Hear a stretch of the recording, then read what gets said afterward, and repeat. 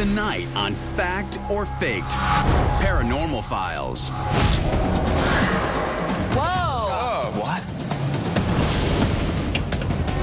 We asked him if he was a good ghost or a bad ghost. And the head were up out of the water. It's fake. Guys, I just found something. I'm not sure what it is, but this thing is huge. This is weird. That sends chills down my spine. Hey, we just found some bones!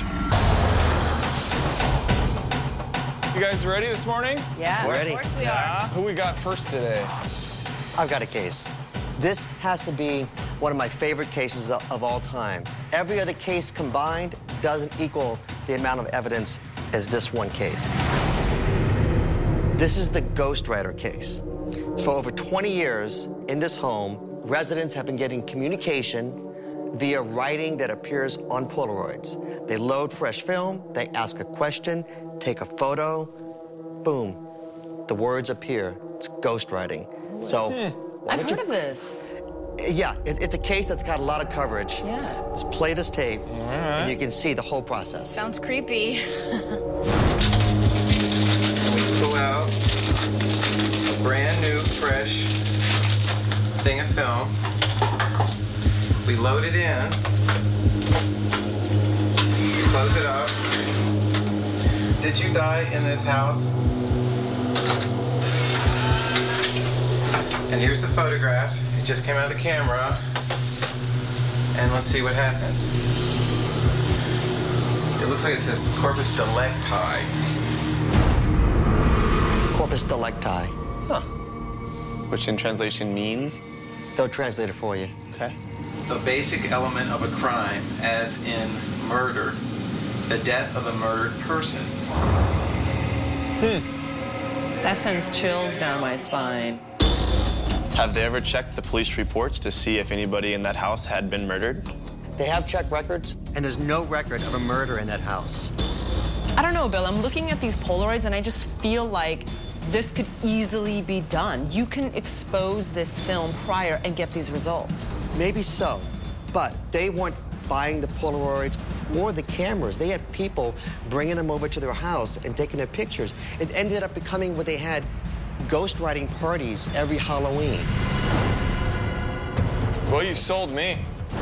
I really like this case. Sounds really exciting. I can already think of ways that I can start testing to get these results. Let's move on. Shilan, what do you have next for us? All right, guys, you guys are gonna love this. I have a case from California as well, but mine is from Sacramento. Now, Joe Hansen and his wife were walking their dog in November 2008, and all of a sudden, they saw some lights pulsing in the sky. Take a look. Okay.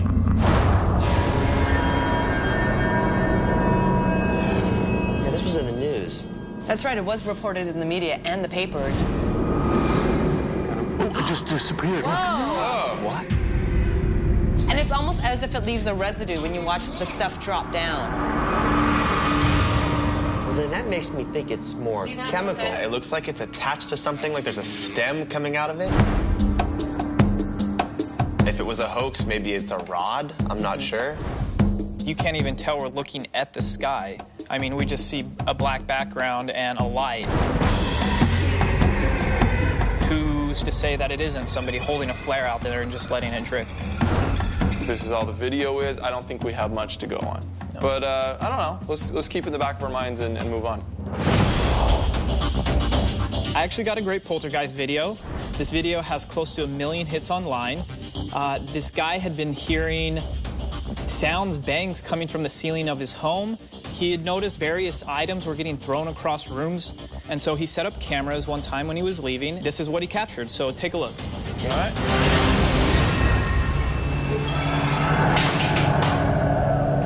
That's creepy. Is he off in the corner actually throwing the stuff around and pulling these doors open with fishing line? There are many theories on how this could be hoaxed, but at the same time, what if it is a real poltergeist? What is it supposed to look like? In fact, there are several people who have posted explanation videos as to how he did this, and they pointed out certain parts where there are reflections of objects or people dressed in green screen suits, and he takes the videos down right away. So there's a lot of speculation that, yes, this has been faked. I would love to investigate a poltergeist video, but I just feel like the credibility of this specific one is really in question for me. So for me, I'd have to pass on this video. I agree. Let's choose one that possibly has a better chance of being real. Okay, Austin. All right, guys, I'm going cryptozoological on everybody. Is anybody familiar with the Loch Ness Monster, or Nessie? Sure, of course. Yeah. Sure. Basically, Pennsylvania's version of the Loch Ness Monster. I wish more than anything I had actual footage. However, I don't. I only have a photo. Take a look. What do you guys think?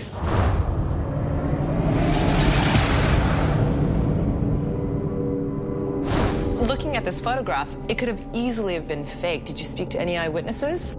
Numerous eyewitnesses from all over the world that travel the lake that claim to have seen the same exact creature. And I've personally spoke with 2 different witnesses from different locations that saw it years apart from each other and describe basically the same thing.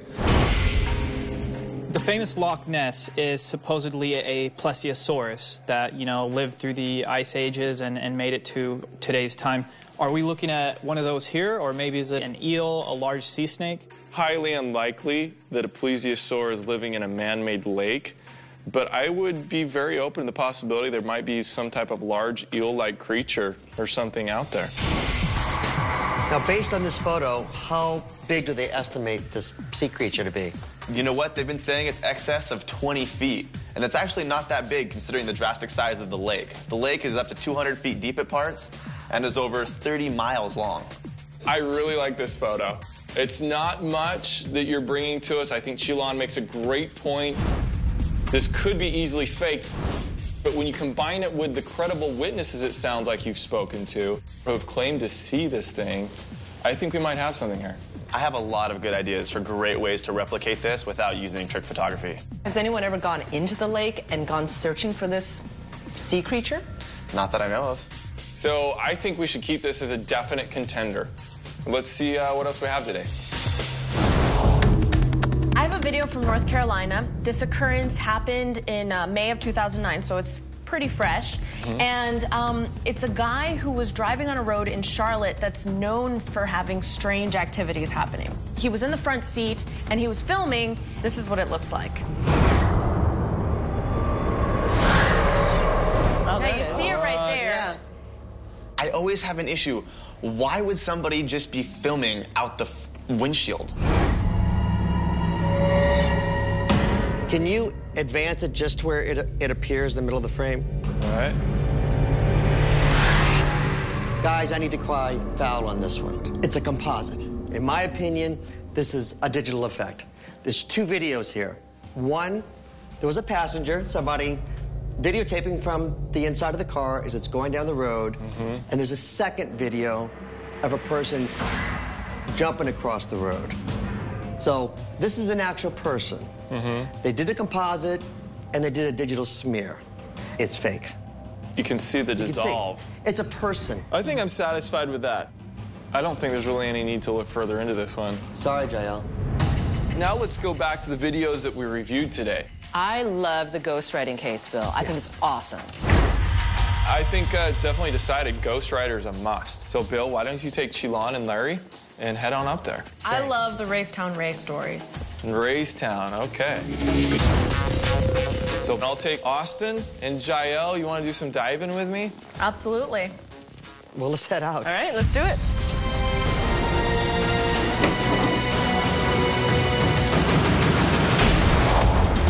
Coming up on Fact or Faked Paranormal Files. We've seen this black, shiny something or other submerged again. Right here is where the dead body is supposed to be buried. This is weird. Residents have been getting communication via writing that appears on Polaroids. It's ghost writing. Ghost Rider is a must.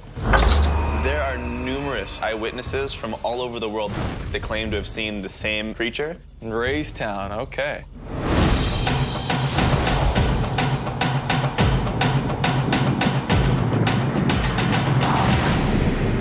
Oh man, can you see that view? Looks like the same exact place where they took the photograph from. In fact, got it right here. can see right off the point there, we're looking straight at it, same angle and everything. The guy who took this photograph still wanted to remain anonymous, so we're not able to talk to him. We've got some witnesses coming who have actually seen very similar things in the lake. John? Yes. Hi. How are you? Good to see you. Nice to see you. I hear you got a great story to tell us about It is a different story. Yeah, we were on a boat ride about 16 years ago, and we seen a bunch of bubbles surface to the water to the left of us. And after we seen the bubbles, we seen this big black shiny something rather just surface, twisted, and just submerged again. Were you able to make out a color or a texture even? It looked black and shiny. Texture, you know, it seemed like it was something of a fish scale or something like that. When we seen it, we didn't know that there was this creature in the water called Rayston Ray until about a year later. So you'd never heard anybody else talk about it? You'd never heard anything about this thing? No, nothing at all. Sounds like you guys saw something, like, incredible. Well, we were down here wiping the jet skis off, and there was a boat that was coming in, and we saw this thing that was, like, striding along the water, like it had, like, a neck, and the head were up out of the water.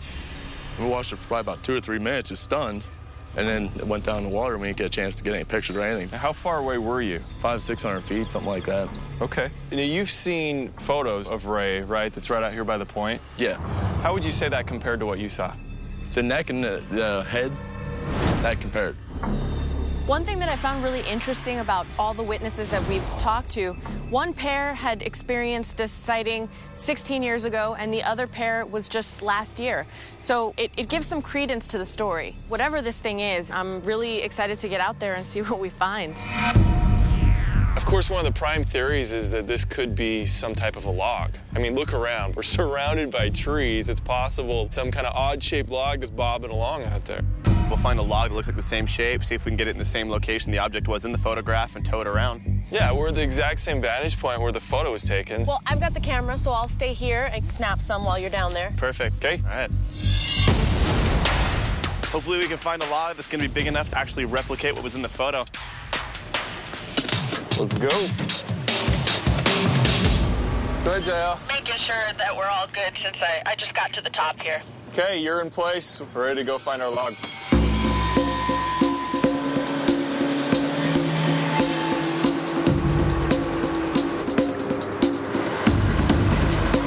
Look. Austin, I think we found our Ray. Yeah, I think that'll work. All right, bud. Here's rope. All right. Got it. Get it? Yeah. We're towing. Hey, JL, start taking pictures now as it moves into place.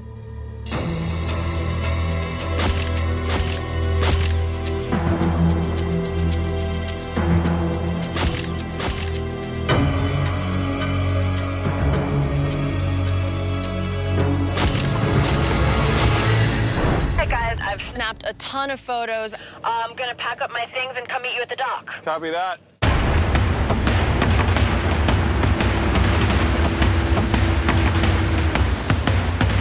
Hey, what did it look like? Well, it did look good, but personally, I don't think it was a log. The texture's off. If this was a log, it would have stayed afloat. It's not like it's just gonna dip under the way that the eyewitnesses were talking about. If you're saying it's not a log, this could definitely be a hoax. I think we have to take our next experiment heading in that direction. All right, guys, well, let's put this equipment away and get to it, yeah?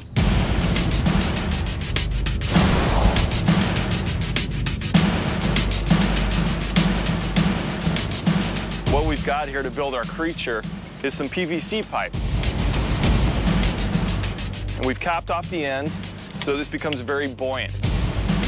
And then we've attached a keel made of plywood and weighted at the bottom.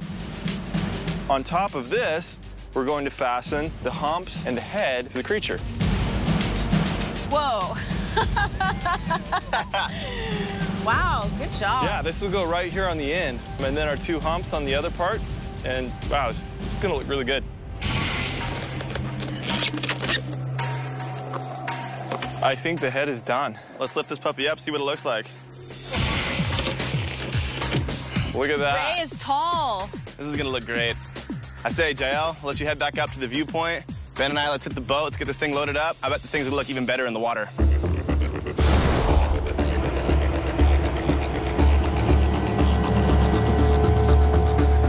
The guys are down there. They have our mock creature that we've created. They're gonna launch it out into the water where we saw the original creature in the photograph, and hopefully we'll see if it'll look exactly the same. Okay, Jael, the head is in the water, so get ready to take some shots. Copy that. I've got my eyes on you, and as soon as you get close To the one from the original photograph, I will start snapping away. Copy that. Okay, Jael, how's the position? It's looking just right. You guys just need to pull away from the creature now. Pulling away, and his head is coming up. Come on, boy, come on. There you go, there you go. Looking great. I'm gonna grab the digital camera And start snapping away.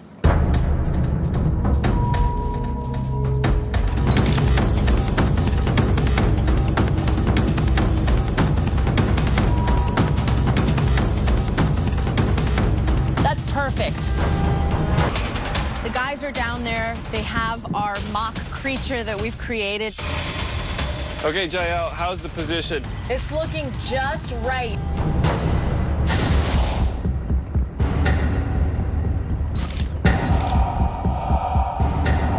JL, are we good? We're golden, you guys. Great, we're gonna pack up. We'll meet you down at the dock.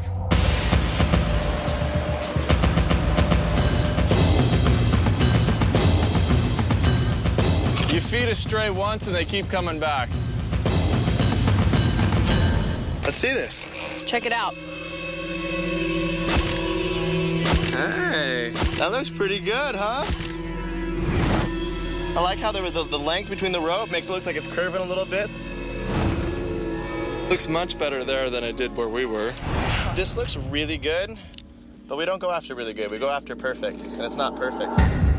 Look at how much time and energy it took to actually make this thing. The probability of a local actually doing the same thing, launching it off this dock without anyone else noticing, and also creating that movement that the eyewitnesses were talking about, and actually having it descend. We weren't able to do that. If all we had was a photo, I would say this is probably good enough to say this is what it could be. But we interviewed different people that have actually seen it, so we know something is out there that's living. I say it's time we stop replicating. Time we actually start go looking for something. Let's get in the water. Yeah, I agree. Austin is going to start his sweep of the lake. His boat is equipped with state-of-the-art sonar, which has got really great resolution. In fact, it can pick up anything the size of the end of your pinky. At the same time, Jael and I are also going to start a sweep, and we'll be looking for anything above the water. We're gonna be ready in our scuba gear. And if Austin sees anything, he calls us. We're ready to go under the water. We'll see what we can find.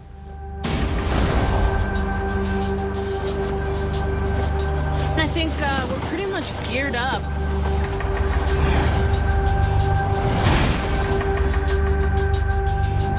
I've been scanning the lake for quite some time now. I'm still not seeing anything, but obviously, I mean, patience is one of the biggest keys when you're scanning a lake of this size.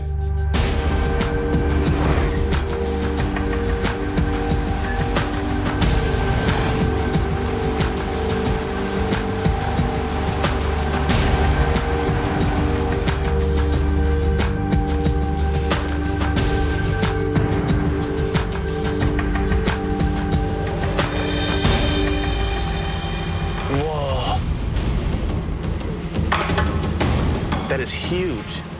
Guys, I just found something. I'm not sure what it is, but this thing is huge. How many feet are you talking? I'm saying easily 15 feet. You need to hurry. It's going in and out of screen on the sonar.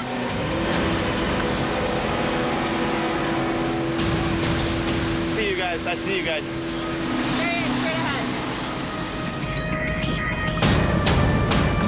You guys, I'm not even sure what I saw, but it was huge. Like it was talking to me on and off the screen. You guys ready to get wet?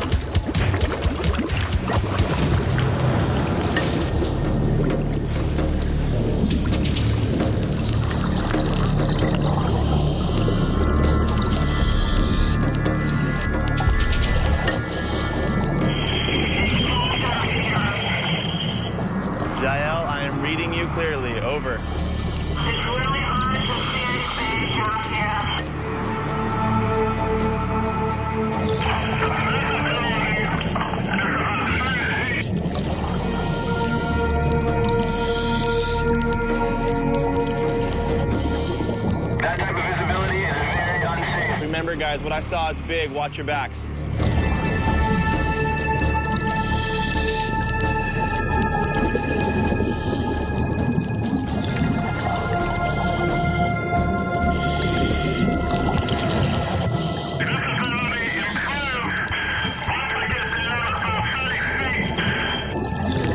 Perfect. You guys should just be getting below the first thermocline, feeling a slight fluctuation in temperature. That's where their predators are going to be. If Ray's down, then you guys should find them.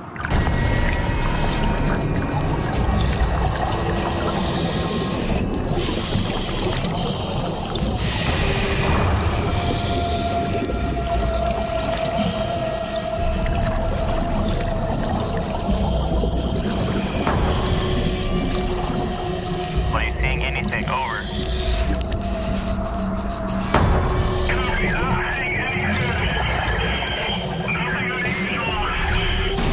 Copy that.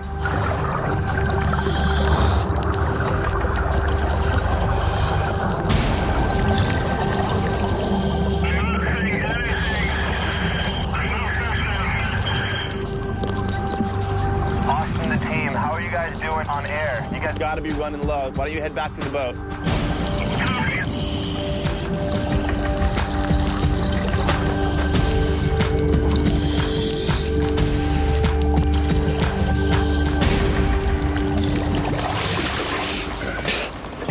Wow. You guys okay? We're doing okay, but you couldn't see anything down there.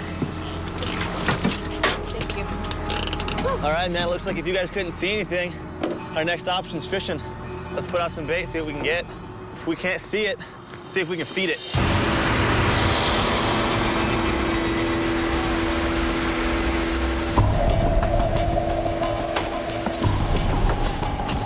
What I'm thinking is we should take this, tie a couple of buoys to the end of this because it's going to be heavily weighted down. Keep it afloat. We make the leader travel down to about 35 feet. All right. Oh, geez. Take him up there. Look at this. There you go. Bring him over. Got a big guy. I think it's probably a good idea that we chose a carp because there are so many in this lake that, you know, if Ray is inside this lake, this could be a natural food source for him. Fish is all hooked up and ready to go. Give him a little toss. There you go. Let's go fishing, guys. So I'm gonna keep a really good eye on these bobbers. If they go down, I'll let you know. See if we hook anything. Obviously, we don't want to kill whatever it is. We just want to take a closer look. Yeah. And I think setting the bait out there might just do the trick. How are we looking, guys? Are we having any movement at all back there? Nothing yet. Let's head over back where you picked up the first sonar reading. All right.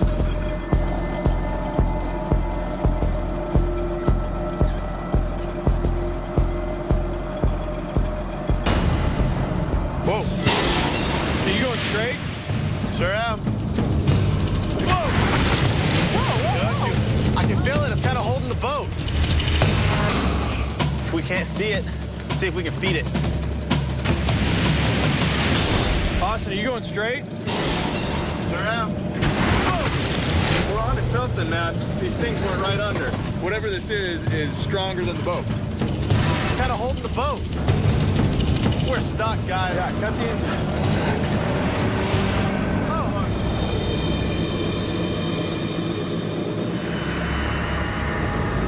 Let's go check it out. Let's go back and see if we even have any bait left. Raystown. We interview our witnesses. They actually, to me, seemed really pretty credible. Yeah. So after speaking with the witnesses, we wanted to start on our experiments. The first one being the theory that this could be some type of log floating out there. If you take a really close look, it's obvious that the texture and the color do not match up. So then we tried our second experiment, which was the recreation of making our own ray. Now, this came closer. Still, it wasn't submerging. You couldn't just make it duck underwater like people were saying the original was doing. So after doing that, we decided to do an investigation of the lake. Austin went out, on his boat equipped with sonar. He discovered something under the water that seemed like it was considerable size. Jael and I went out there, dove in the water. Visibility was terribly poor. Whatever it was, we couldn't see it. So after doing that, we tried to get it closer to us, and we trolled around trying to attract this thing towards our bait. And there was a moment there where we thought we were onto something pretty big. Look, you're going, look out. Whatever this is stronger than the boat. Turns out we were onto something big. We were actually snagged, though, on the bottom. We hooked on a rock or a tree or something because it literally just jolted. You guys did a really good job replicating the photo, but you guys were out there. What do you guys think it is? I think we have so many credible witnesses and people saying they have seen something. There still may actually be some large creature out in the lake. Just having captured something on the sonar and all of these other sightings, yeah, I'm pretty convinced that something's down there. Well, from what I'm seeing, from what you guys have done, I say this remains unexplained. Yeah, well, you know, with so many witnesses and this photo, there's a strong possibility that there is a sea creature dubbed Ray living in these waters. I believe that there is something there. So this case is still unexplained.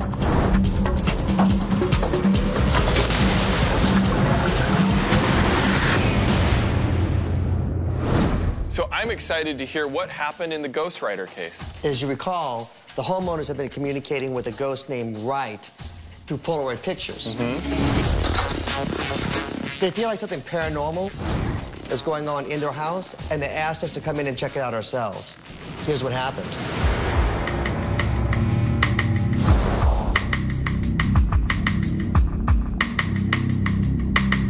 John, hey. Hey, Bill. How's nice it going? to see you. Nice seeing you, too. Thanks for allowing us to come here to you. Well, I'm glad you guys can come here and help us figure out what the hell's going on here. Well, we can spend a few minutes talking about it. All right.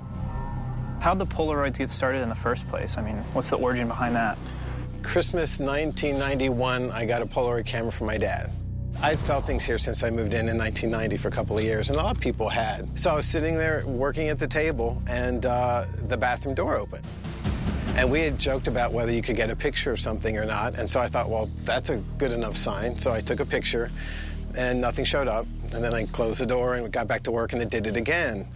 And so I took another picture, and then this thing showed up. So what did you see in the first Polaroids you took? Different shapes of light. We kept taking them and trying to come up with what could possibly be causing it. So we brought a bunch of friends over, and we said, well, we got something to show you guys. We showed them the photographs. They're like, oh, this is so cool. How did you do this? One of our friends said, well, is he here now? And somebody said, grab the camera and snap the picture.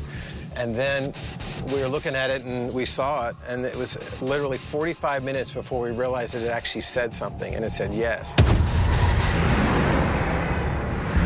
The next logical question was, what's your name? And that was the second Polaroid, and he said his name was Wright, and then it was just continuous. At one point, we asked him if he was a good ghost or a bad ghost, and he answered friend. Is it difficult to communicate with us? Takes a deadlift. Years ago, a psychic friend of ours claimed that there was a dead body under the house. Really? And he showed us right where, or within a certain parameter, where this body would be. I'd be willing to climb under there. Good. That sounds great. Let's do this. Thank you. And here is where the vortex is, where we've always been told the vortex is, right in front of the bathroom. And this is supposedly the portal where all the spirits, entities, whatever, enter in, and then they shoot across there and exit by the stove. Right here is the area where the dead body is supposed to be buried. So we're like standing over it. Yeah. All right, let's get started. We're gonna do what John's been doing for years. Ask some questions at the place where John believes there is a vortex, snap a photo, and see if anything's been written on the Polaroids. All right, guys, ready? Yeah. Okay. So this is brand new. Brand new. See? When you look at the way the pictures were all taken, they were all taken in this direction. Remember, this is the vortex and this is the flow of energy. So they're all taken pretty much in this direction. Okay. So we should really focus on shooting here and here. I want to know How many of you are here? Are you helping us in our investigation? Can you speak to us, please? Fair enough. You guys get anything? Nothing. I got nothing on mine, too. No written responses appeared on our Polaroids. Maybe the entity is not ready to send us a message yet, but in the meantime, we now have to begin to explore the possibility that this Ghost Rider event may be something man-made.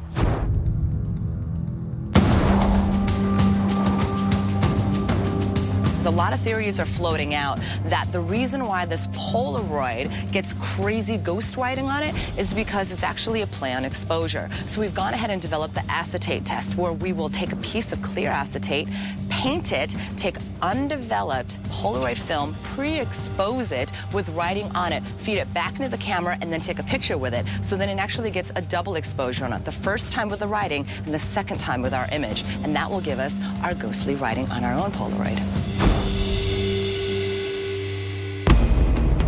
What we want to do is take this and make it opaque. Once we get an opaque layer here, we're going to actually scratch in the lettering, put it over, so then light will actually filter through the lettering that we've scratched, and the rest of it will stay unexposed. That will actually burn that light image into the film.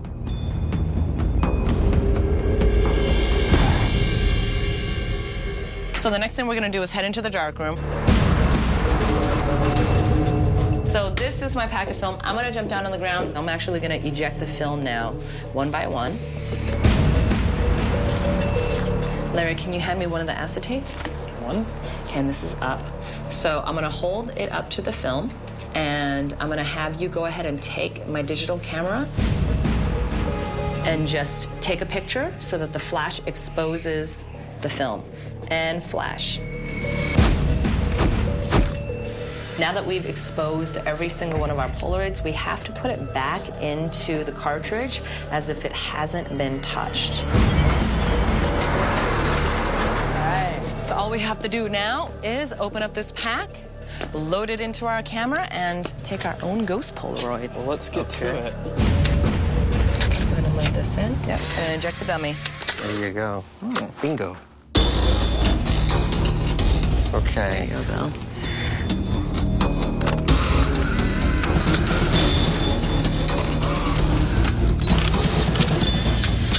I have them in the order that they were taken, but Whoa. This is weird. We're gonna actually scratch in the lettering. That will actually burn that light image into the film. Whoa. This is weird. What is this stuff? This is strange. Yeah.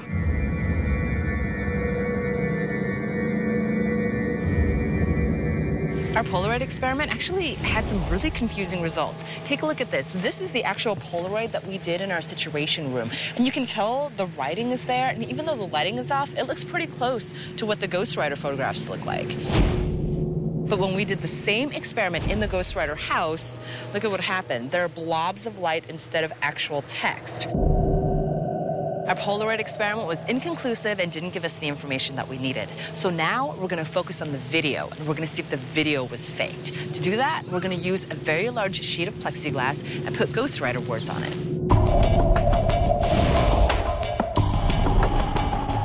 All right, that's as tight as it's going to get.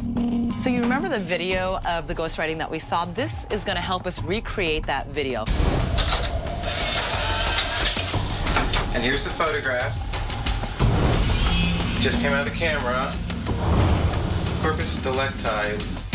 To mimic the video, Larry and I are going to stand on one side of the plexiglass. Billy's going to go ahead and put Ghost Rider phrases on the glass. Larry and I are going to shoot Bill through the plexiglass, avoiding the ghost writing on the bottom of the plexi. Bill is then going to take a Polaroid of us with the ghost writing in his frame. So hopefully that'll explain the possible paranormal event that was captured on John's video. Let's give it a try. You ready? Polaroid number 1.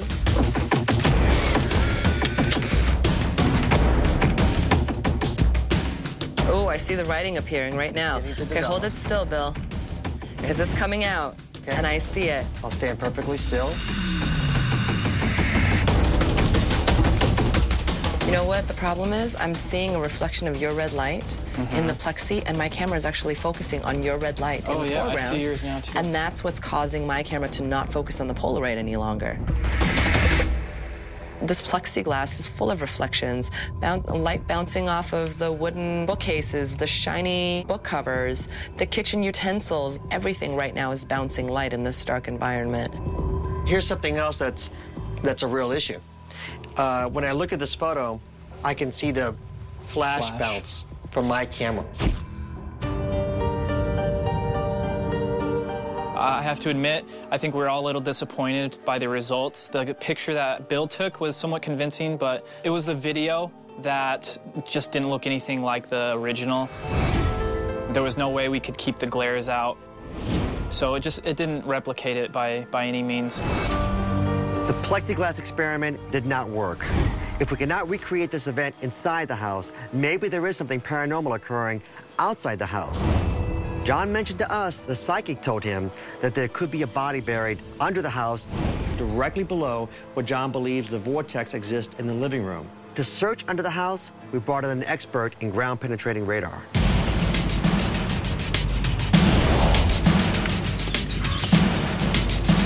We essentially develop a two-dimensional image as we move an antenna along the ground surface, and that image is used to identify reflection patterns that could conceivably show us where something's buried. Could this potentially find a dead body under the ground? It should. We're going to go down underneath the house, and we're going to have to move the antenna, the radar antenna, along the ground surface. And as we go along, we'll probably make ticks to identify various points. That all comes back to the recording system that we'll be standing at, looking at. If you guys see something on the screen, let us know. We'll excavate those locations where an anomalous signal appeared.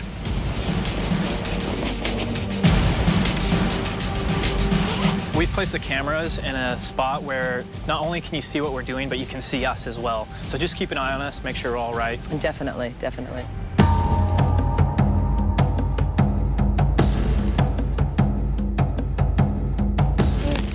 All right, I'm gonna pull it down.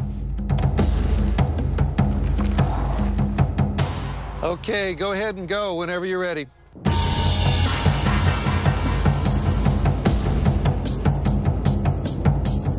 Keep the movement of the antenna continuous. Try to make those clicks.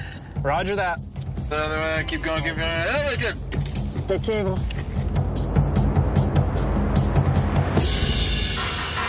This is some kind of reflection. It's something buried there off the edge. Hey guys, see if you can dig anything up from that area.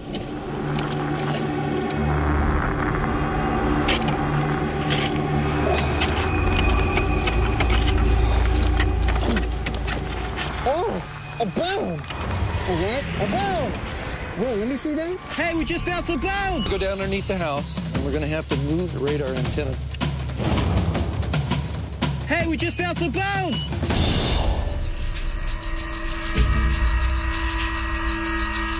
I found another bone! 2 bones! See if you can excavate anything else from that site.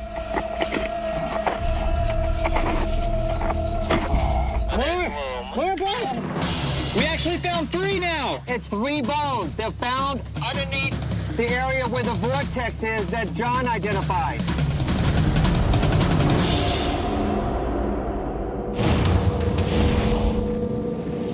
We had a really good interview with the residents of the house. During the interview, they mentioned that a body could possibly be buried under the house. And we went under there to do a dig, and we found bones. I have them right here. I actually had them analyzed by Dr. Wake. He is the director of Zoo Archaeological Laboratory at UCLA. And, well, what he had to say was pretty interesting. This is a cow bone, And this is a chicken bone. I think that a lot of this case, it seems like, will really rely on whether you believe that these witnesses are credible or not. Actually, I was able to do a layered voice analysis over this interview as well, like we've done in the past. And I actually would like to show you the results of that right now. I think you're going to find these results very interesting. And then I got another picture after that. So what did you see in the first Polaroid you took? Different shapes of light. So one of the Polaroids they took, he says it had writing on it, and he's being completely truthful. So what's your final thought on this, Bill? Between our inability to replicate the results by manipulating the film directly or with the plexiglass, plus the fact that they seem to be truthful in the entire case, it just remains completely mind-boggling to me and still can't be solved. I agree. I have to follow that layered voice analysis. I think what they're telling us is true. I gotta tell you, I'm baffled. I've done a lot of photography in my day, and I've studied a lot. And the fact that I can do this, and I can have the same results, but yet I can't do it when we're on site, really just confuses me. I agree this case is not a hoax. I think we need to file this as unexplained.